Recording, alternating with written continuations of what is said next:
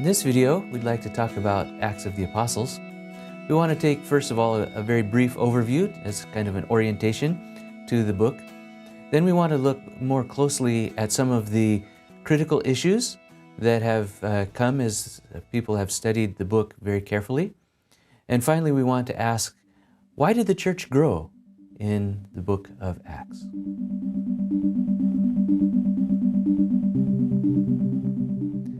The first thing to note about the book of Acts is that it is a literary sequel to the book of Luke. We see this especially in the prologue of the book of Acts, which has so many ties to the book of Luke, looking backwards to the book of Luke and preparing for what is to come. So tying those two together. So it's very important that we read these two books as part one and part two of a two-volume work. At the same time, though, we should recognize that some recent studies and statistics of the style of the two books have suggested that perhaps it's not the same author that wrote those two. So we don't want to be dogmatic about it. But at the same time, we recognize that the author of Acts, whether it is the same as the author of Luke or not, the author of Acts surely intended us to understand it as the rest of the story following on from Luke. So we need to read it with that in mind. We can also say that Acts traces the development of the church, beginning, of course, in Jerusalem and Judea, Samaria, and the ends of the earth. We see this as stated in so many words in Acts 1:8. And so that Acts 1:8 can be seen as somehow a outline of the book of Acts. As we look at the critical issues that have arisen in the careful study of the book of Acts, the first thing to address is the nature of the speeches in Acts. There are many speeches recorded in the book of Acts. And the question comes, are those really the speeches that were there? One of the things that brings this to mind is the varying length. For example, Peter's speech on the day of Pentecost is relatively short, but Stephen's speech is the longest speech in the whole book of Acts. And so this brings to mind, are these really the very words that were spoken on those days? Perhaps not the exact words. Ancient practice of recording of speeches suggests that these are the basic outline and many of the actual words, if not the complete actual words. It was common in history writing in the ancient world to recreate the speeches that were there according to what those who had heard the speech reported about it. In some ways, it's something like a summary of the speech. This would especially be true of Peter's speech in Acts 2, which didn't take very long if you read it in the text, but surely it had taken somewhat longer when Peter gave it originally. We can also say, though, that people remembered oral compositions much better than in many cultures today. In many of the cultures, in fact, if you're listening to this, you are probably in a visual culture instead of an oral culture. And so you remember things that you see or things that you read with your eyes better than things that you hear with your ears. But if you had grown up in a culture that really placed a lot of importance on what was said, then you tend to remember those things better. And that's very characteristic of the first century when this was written. Also, it was known to have note-taking in those days, that people would take notes at important intervals in important speeches. So it's possible, some scholars have argued that, in fact, the speeches of Acts are recreated from the notes that hearers had taken.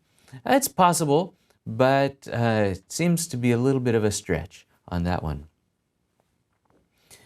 So this brings us to the question of the historical reliability of Acts. Can we really trust what Acts says about the history? Well, scholars have sometimes said that Acts is what is called a tendentious writing. Meaning to say, it is written to prove a particular point. What is that exact point? Scholars have debated, but it's probably true that Acts was written for a purpose. And we call that its Tendenz, to use a German phrase.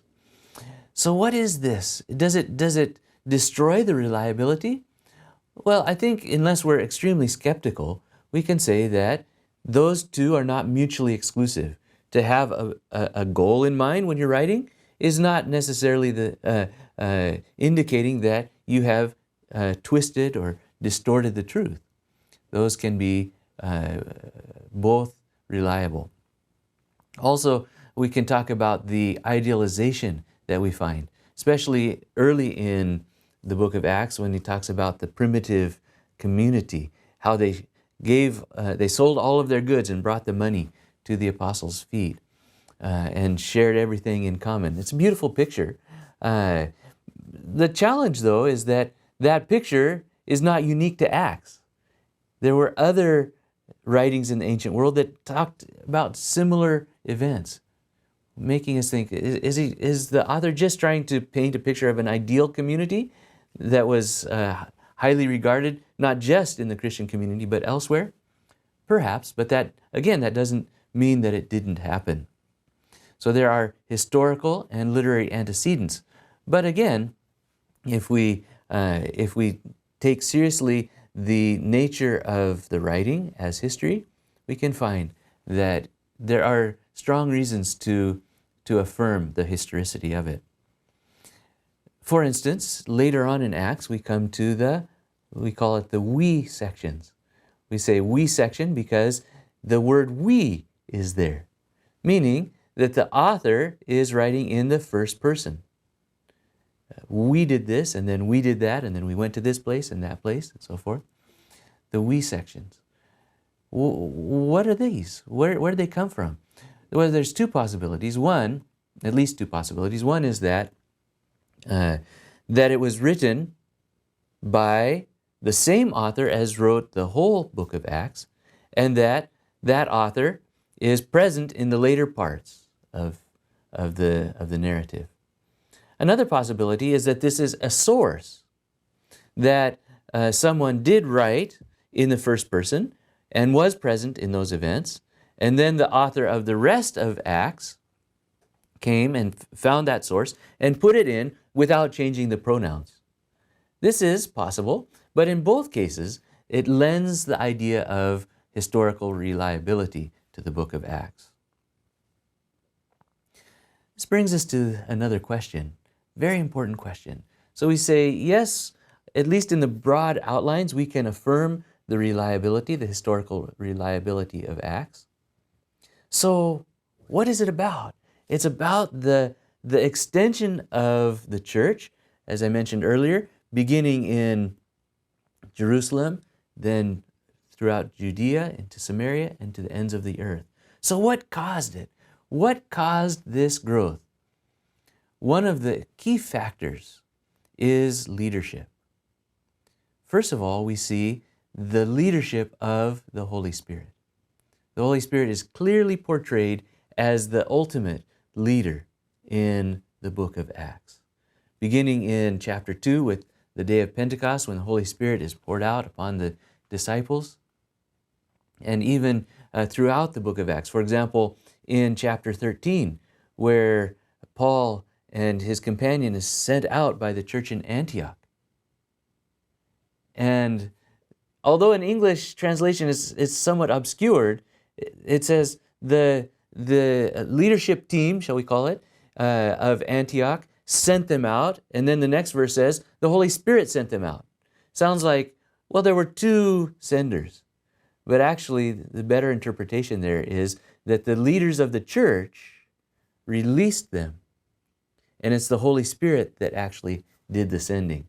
So again, we see that the Holy Spirit is the leader. But what about these human leaders? If you study the human leaders, some very interesting things emerge. First of all, they were acting very counterculturally. In leadership studies of the first century, leaders tended to primarily act very conservatively to maintain the status quo. But the leaders, the Christian leaders in Acts, are very innovative. They are transforming. For instance, they are redefining what it means to be honorable.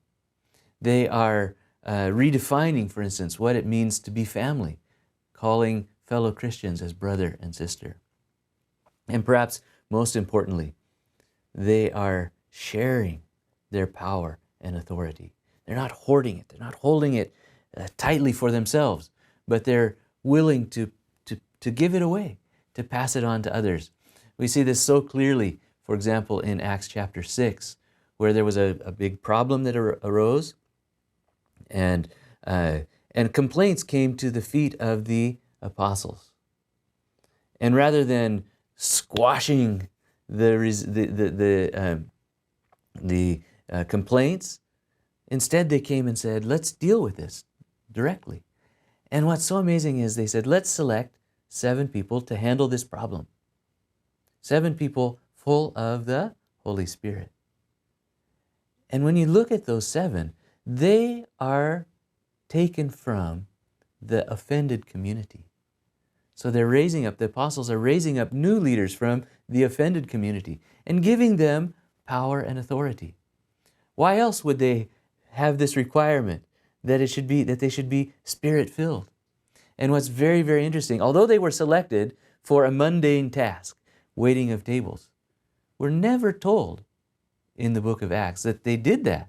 We're left to assume that they did that, but we are told that they did the very things that the apostles had been doing. They worked miracles. They preached the gospel.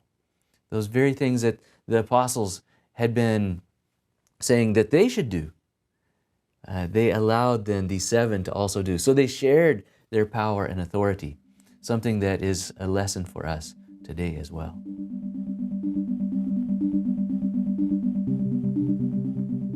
There are indeed many lessons in the book of Acts for us today, but there is also a challenge in how we should apply. One of the key things that you should always remember when reading the book of Acts is the distinction between prescriptive and descriptive. Prescriptive means it is a prescription for us, meaning we must also do that.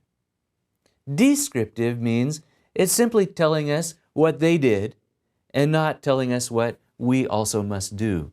It's a challenge whenever we interpret the book of Acts. We should ask, is this story, is this event, is this speech descriptive or prescriptive? For instance, are we intended to sell everything we have and give it to the apostles and let them take care of us the way that they did in the early church? Or is that merely telling us what they did? In that particular instance, I think it's fairly clear in the text that it is descriptive. Even the author is looking back on those days with great amazement. How marvelous were those people? Amazing. Meaning they're already not practicing this in the time of the writing. So it's looking back on something great that happened then. So what are we to take away? Well, I would suggest that we are to apply the principles. Maybe not the exact things that they did, but the principles that they followed. So the principle there would be to take care of our fellow believers. Yes, we must take care of our fellow believers. I just want to leave you with this thought as well. The book of Acts talks about taking the gospel from Jerusalem, Judea, Samaria, and the ends of the earth. The book narrates that in a incipient way, can we say, a beginning way. And we're to write ourselves into that story. We are also to be the ones to carry the gospel across the street and around the world, as the saying goes. So that's my challenge from the book of Acts for us, for you.